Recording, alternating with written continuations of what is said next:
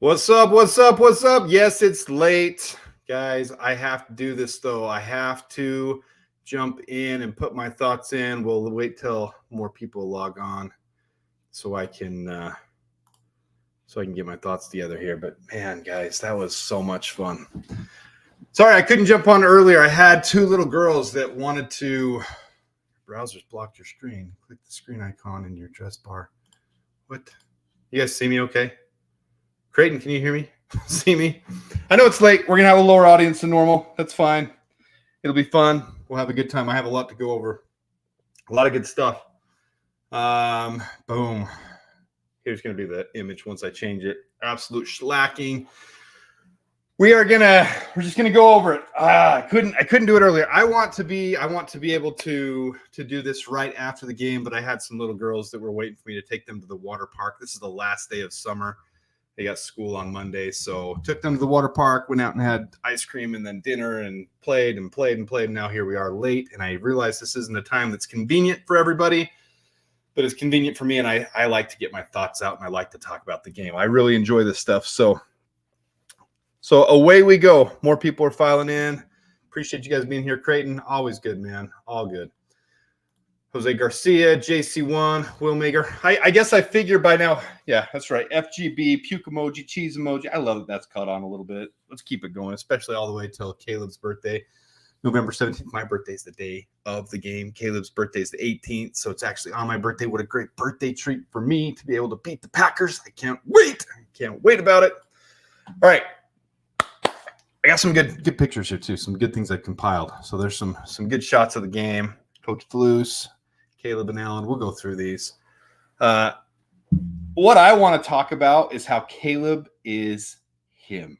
It's real. And I'm going to give you guys the exact play where it happened for me, where it felt different than Justin Fields. So I think I'm the most realistic person. I said that on my halftime thing when it comes to Caleb and Justin and the whole debate between them and the Civil War and everything that happened. And I'm going to root for Justin. I think most of you guys on this channel are. Those who aren't rooting for Justin, so be it. Do your thing. I don't care, because in reality, we're all rooting for the Bears, and that's what makes this fun.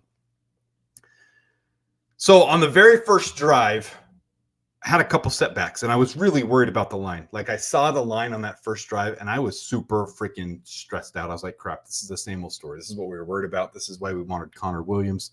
This is why we needed to fix the line. And then all of a sudden, Caleb did something that the entire team rallied around. And I think all of you guys saw it. In fact, let me try to pull it up on Twitter and hope we don't get in trouble. I always get in trouble when I try to show videos from freaking Twitter. Not that one. Anyways, his first pass to DJ Moore. I want to share, but I also don't want to get in trouble. You guys know what I'm talking about if you watched the game. If you didn't, I think it was 3rd and 17, and it was the same old feeling as Bears fans. It was the same exact feeling. And I'm going to be honest, I didn't have confidence with Justin Fields in those situations anymore. It was like, okay, just get a little field position back, punt it, let the defense take over, let them do their job and pin them back and get good field position back. That's what we're going to do and get a new set of downs. We relied on the defense so much.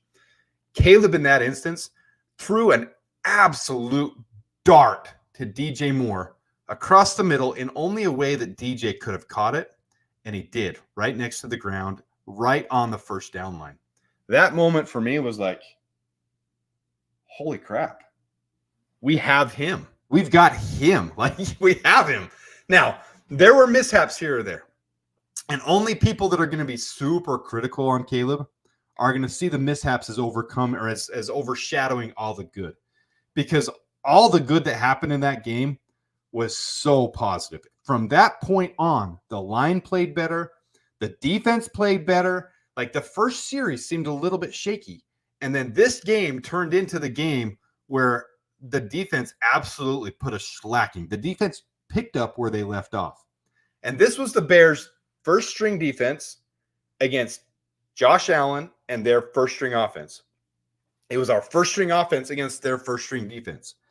And of course, the big points came in the second half when the second string and the third string came along. But That was also so much fun to see a deep Bears team. That's the thing we're worried about on this team. But then you see Khalid Kareem, and you see Austin Booker, and you see Micah Baskerville, and you see all the different guys swarming and attacking, and every single person was in on it. And then on offense, Ian Wheeler and Velus Jones putting in every single guy on this team was playing like they're fighting for a roster spot.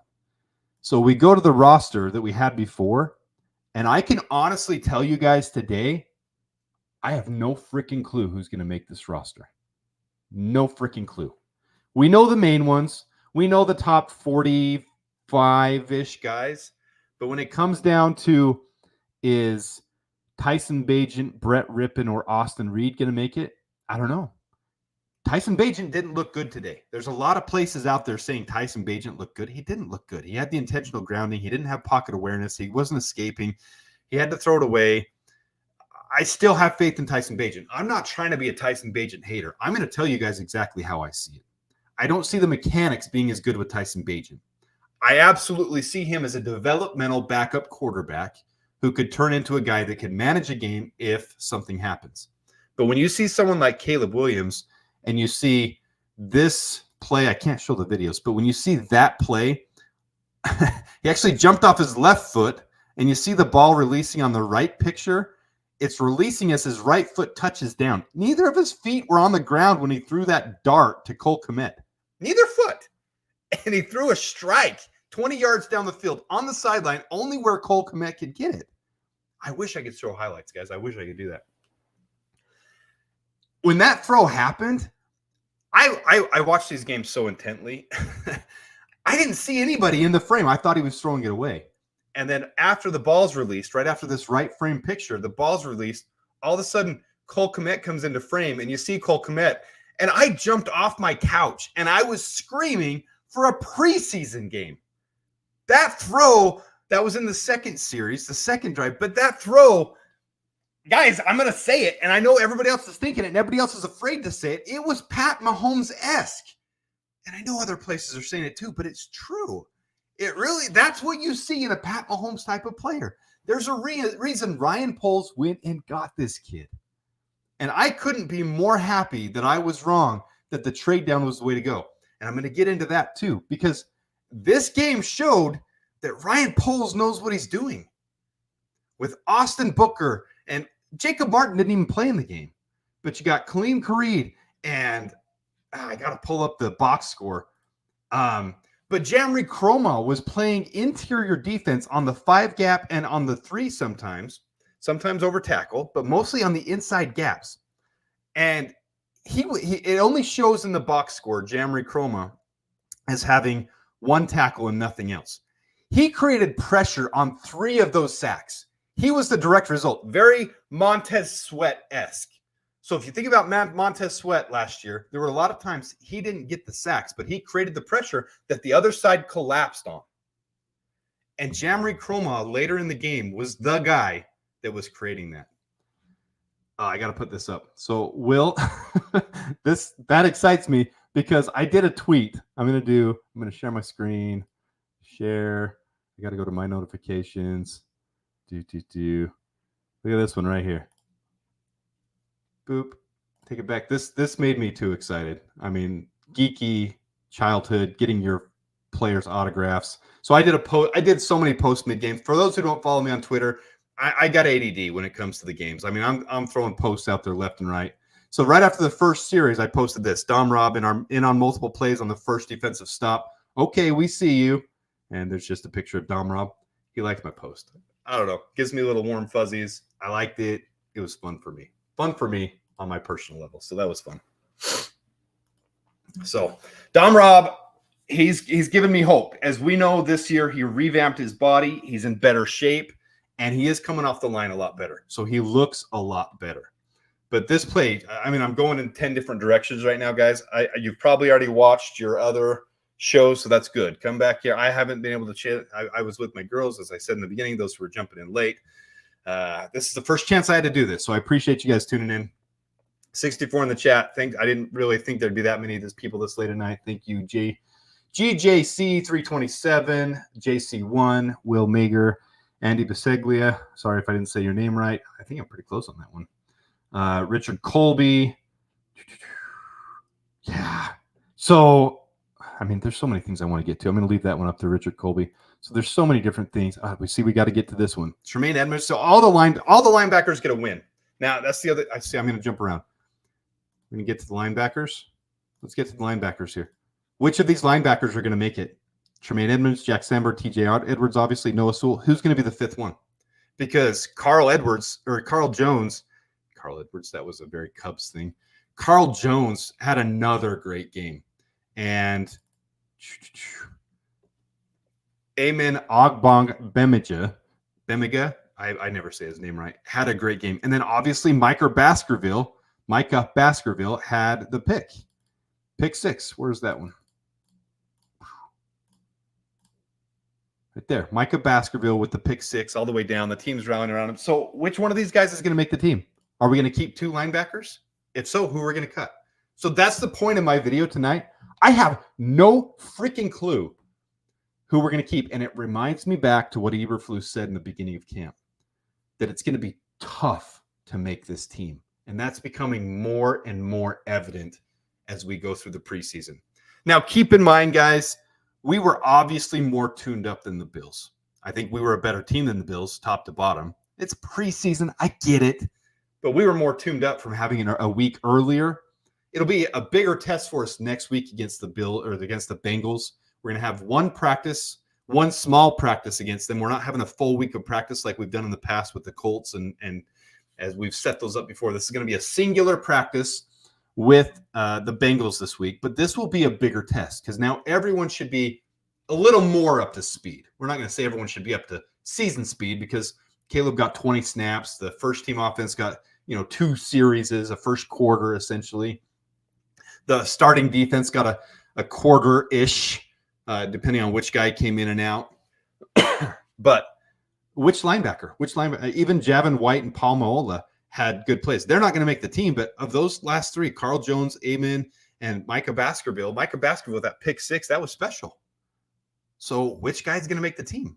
Do we need to keep two of them? If so, who do we not know? So, okay, let's get to the other highlights because you guys are saying the stuff that I'm going to get to. The throw to Swift was special. Where is that one?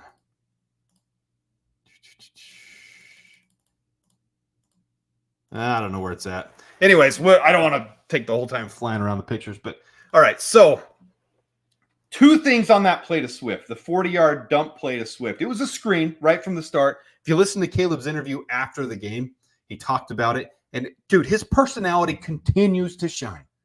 It continues to shine every time he's in front of the microphone. And then even this time again, as he's leaving, all right, thanks, guys. Dabears. He says it again. I freaking love it. Like, this fan base better brace for what the Packers have had forever.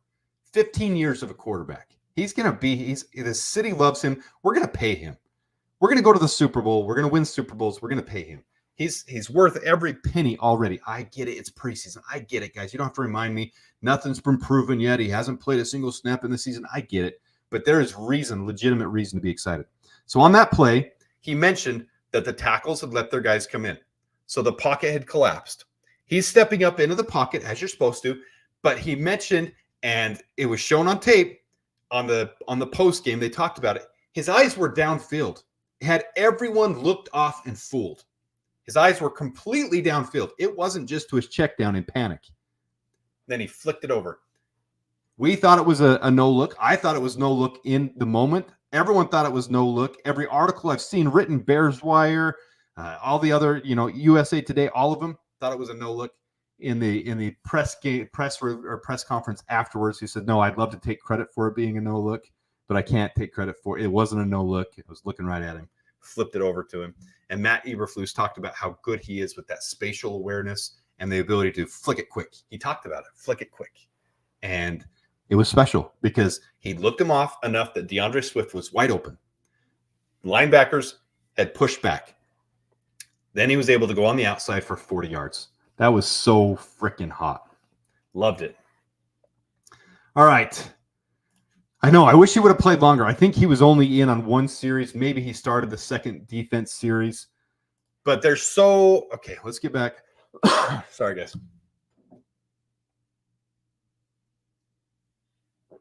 There's so much on this team that now I have no clue. Number one, this starting offensive line, first couple plays had me freaking worried. Now, Ryan Bates was up at right guard. If those who didn't, Nate Davis didn't play, obviously. He probably won't play most of the preseason because that soft tissue, high ankle sprain, seems like it's lingering. There's something going on. Who knows? But Coleman Shelton played very well. The grades will come out. I'm going to show you guys. I always put this up. The grades will come out tomorrow. So game date is available. Grades under. Look at that score, 33-6. How much fun is that? How freaking fun is that? We just blew out. I get it's preseason, but we're not used to this. And that was fun. Biggest blowout of the day. So those will be up tomorrow. I will share that on here. I like to show how many snaps, who graded the best. And I get my little graph here isn't accurate. This is me just playing off of the last game, how much fun it was. But Braxton Jones, Darnell Wright. Now, Darnell Wright had the one hold. It looked bad because the play hadn't developed properly, and he ended up holding the guy. It's fine. It was early on. The team, everything settled in after that. I'm not worried one bit about this starting line with Ryan Bates at right guard. It looked really, really good. I am worried about the depth still. Bill Murray played good in the Hall of Fame game. That's scrubs. That's second, third stringers. Jerome Carvin played well. Matt Pryor played well. Larry Borum even played well. Tyree Carter played well. So I'm not too worried about that.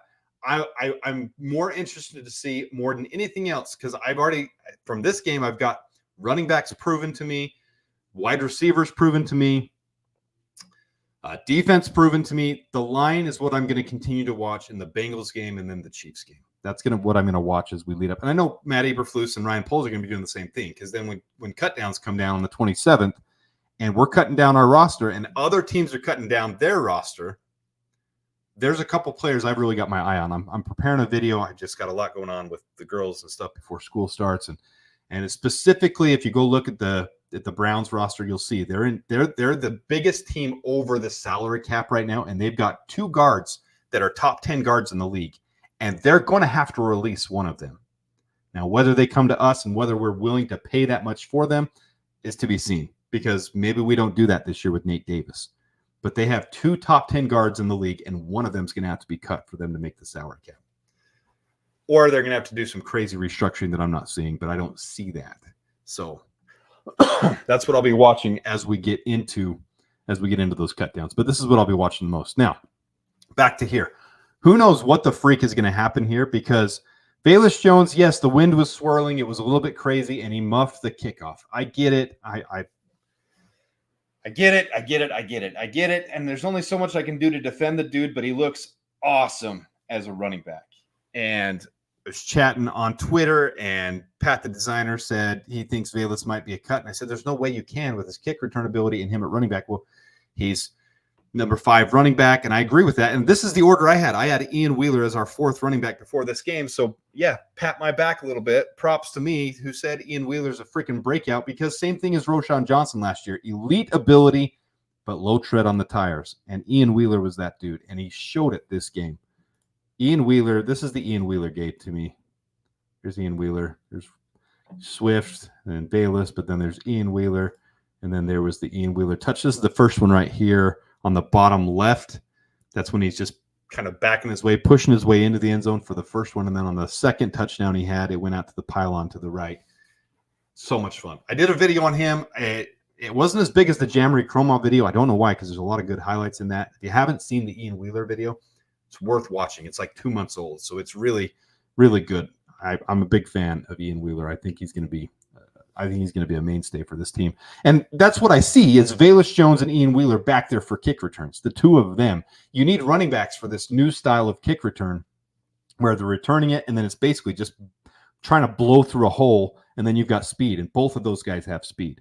But then this is what I had before this game. I had Brennan Bates up there, and here's the thing, guys. I don't think a lot of people really – now, Colin Johnson didn't get very many reps. I don't know if it's because he already had his big game, and they said – we liked what we saw. Let's get these other guys, Freddie Swain, Nasimba Webster, Dante Pettis more reps. I don't know if that's what was going on. Tyler Scott did not look good for the second game in a row. I wasn't very thrilled about that. I'm not worried about Tyler Scott making this roster. We will 100% be keeping Tyler Scott, but he's looked really good in practice, and then it's not showing up on game day. So he's one of the big people I'll be watching next week versus the Bengals. I want to see Tyler Scott. But Brendan Bates in there as tight end 4. I really think somehow, some way, we're going to keep 4 tight ends. Now, that might be we're not keeping 5 wide receivers. Or 6 wide receivers. We have to, in my opinion. But Brendan Bates has looked good in every aspect. Blocking, route running, catching, everything to do with him. When his grade comes out tomorrow, mark my words here, it's going to be one of the highest grades. Now, he had limited snaps. He didn't play a ton of snaps. But this game combined with the last game, his blocking, his route running, his receiving, everything about Brendan Bates shows me you can't stash him on the practice squad. You're going to have to keep him on this roster. And Shane Waldron's offense with those tight ends, both games so far, he's been splitting those guys out. They're spreading out the field so much different than Luke Getsy did. It looks completely different. The whole scheme of it looks, these tight ends especially, when you key on, sometimes I won't even watch Caleb. Or Tyson Bagent or Brett Rippon. I almost said Mark Rippon. That's funny. Or Brett Rippon or Austin Reed. I wasn't watching them. I was watching the tight ends and where they would go and see how they would scheme. It was fun because it's so much different. It's not just a little chip block or lazy route like Luke Getsy. Now, if you don't know what I mean by that, maybe I'll do a video on that. But on Getsy's offense, so many times you'd see lazy routes is what I would call them by the tight ends, where they wouldn't have a major role. Every single play I've watched so far, and this isn't even the whole playbook opened up yet. Every play I've seen so far, the tight end has a very defined role, and it's never looking lazy. Now, that's my terminology. I don't know what the right way to call it is, but even in the 12, 13 personnel sets, it's not a lazy route. It's not a lazy job. They're doing something. They're either maintain a block the whole time, or they block and split off, or they're doing zigzags. They're doing different things that don't look like last year. That's the biggest difference in this offense so far. It's been so night and day for me to watch, and it's getting people open. So that's one of my biggest takeaways from this. I'm going to try to keep this to a half hour. Sorry, guys. I'm getting on my tangents. Not even looking in the chat right now. Let me get back to the chat for just a second. He's not Pat Mahomes. He may be Aaron Rodgers. I can't call him Pat Mahomes or Aaron Rodgers right yet, Reese. I think you're completely right. You can't crown him.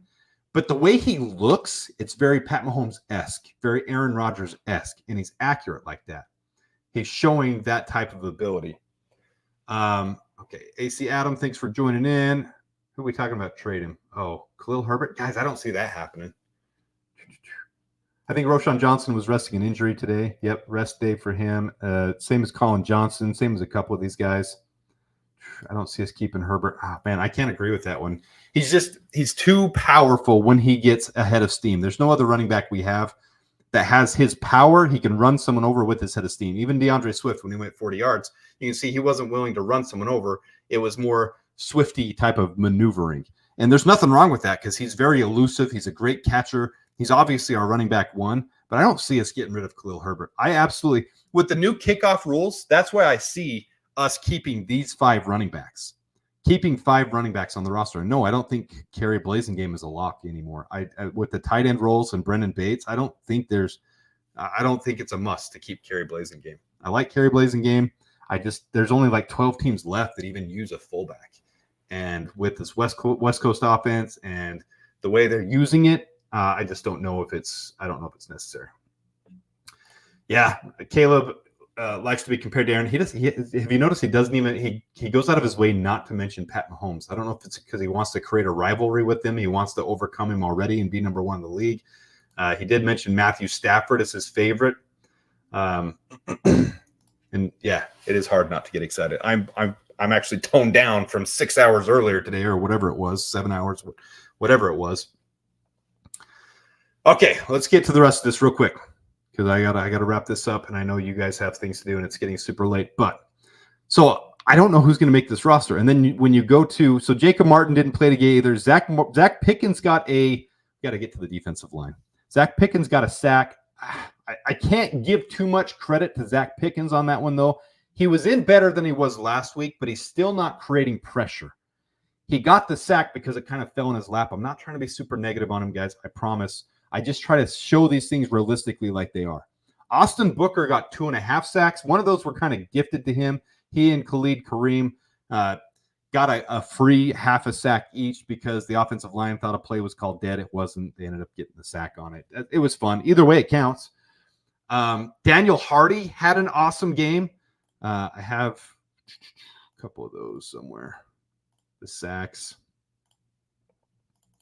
Try to put some of these pictures together if you guys hadn't seen some of them. Anyways, there's Austin Booker on the top left, Daniel Hardy, bottom right, or Khalid Kareem. I can't remember who 52 is off the top of my head. He and Daniel Hardy and Khalid Kareem were in on tons of plays together. I'm excited to show that tomorrow too. The entire defensive line should have very positive grades this week when I do that video tomorrow. They should be very positive. Byron Cowart, I don't think he even played very many snaps, so I think that was the issue with him today. I hope Zach Pickens pulls it around. Jacob Martin didn't play at all today. Dominique Robinson played really well across from Austin Booker, he had some snaps in there across from DeMarcus Walker as well. But who's going to make it with Jamari Cromot? So if you look at your box score, this is why you can't look at the box score for everything. If you look at the box score, it shows Jamari Cromot has 1 tackle and nothing else. But I mentioned this earlier. I don't know if everybody was here yet, but he was responsible for about 3 of those sacks. And if you go back and watch the game like I like to do, you're going to see it. Just like Montez Sweat creates, he created the pressure on those. He pushed the entire pocket the other way. He was fighting through blocks. He was almost there. I mean, literally several times, arm's reach. He was right there within an arm's reach of getting the sack, and then somebody else closed in on the sack because of the work that he did. So to me, this was a great game for Jamari Cromot, who I've been very hot on this channel. I was really excited to watch Jamari Cromot. He did a great job. Austin Booker did an awesome job. Khalid Kareem did an awesome job. Daniel Hardy did an awesome job. Who's going to get cut? I don't know. And this is why I brought up earlier today, for those who didn't see the video, Patrick Scales, he wasn't there today. He's injured. But how valuable is that roster spot? I would love to see one of these defensive ends like Khalid Kareem or Daniel Hardy, a guy that's not going to make the roster, because typically we keep 5 defensive ends and 4 defensive interiors. That's kind of a typical situation. You've only got 53 roster spots. And of course, you've got 16 practice squad, but you have to cut guys to sign them to the practice squad. And with how well these guys are playing so far through a game and a half of preseason, I get it. It's preseason. I get it, guys. But that's where they're auditioning. Some of these guys are going to get caught and going to go get cut and go somewhere else. They're going to have to, because they're going to have starting or backup opportunities somewhere. They're not going to want to sign to our practice squad when they get signed somewhere else to the 53-man roster. And that very well could happen if they continue to audition super well this year. So Jamari Cromot, I think, had an excellent game. I'd love to see someone like him or Khalid Kareem or Daniel Hardy learn to long snap, spend weeks and weeks and weeks on end back there long snapping, take over Patrick, because Patrick Scales was a tight end and a defensive end, for those who don't know. And I mentioned this earlier. My position, I was a defensive end, and I long snapped as well. You're the right size to be able to still be on the line. You're big enough. Your head's down so they can't hit you right up the bat. You can get up and you still have the ability to block like a lineman would. So Patrick Scales is only like 220 pounds. The same as these guys. If Khalid Kareem, Daniel Hardy, or Jamari Cromot learned how to long snap, now Jamari Cromot is bigger. He's like 275, 280 pounds. Or Dominique Robinson learned how to long snap. That's an extra roster spot. I'm talking about things that don't even matter because it's not going to happen. We like our specialists. We like Patrick Scales we want to have someone dedicated to it so that never is a missed snap and it's perfect every time, perfect spiral, nothing going wrong. But I'm just saying it's possible. With how loaded this team is and their backups, it's possible that one of these guys could do that. So, and then on the secondary, Reddy Stewart, Leon Jones, Greg Stroman, Josh Blackwell, Jalen Jones today, all of them in on it. I mean, then the big play, I got to go to the big plays, the ones I want to talk about. That was the big play today. So I was a little bit worried about the secondary as they drove down the field. Same thing as the offensive line, the first series. I was a little bit worried. And then once they got into the red zone, something clicked with our starters, with Jalen Johnson, with Reddy Stewart, with Terrell Smith, with all the guys, the defender, all the Tremaine Edmonds, and I hadn't gotten to that one either. This was Tremaine Edmonds. That play where he was in almost having a sack on Josh Allen. He knew it was just him and Josh Allen's a vet who knows how to get rid of the ball. So he pulled up and he deflected the ball. It was almost a pick off of Tremaine Edmonds' deflection because Tremaine Edmonds' elite ability to be able to handle that. So that was a fun play. And then this one, this would have been a pick at the back of the end zone. This is when they ended up with a field goal, but that's Keon Coleman. I think I have a visitor out my door. Sorry, guys. Liv? 1 second, guys. Sorry. Hi, can you go up with sister real quick? Okay. I got to finish real quick, okay? I got to finish.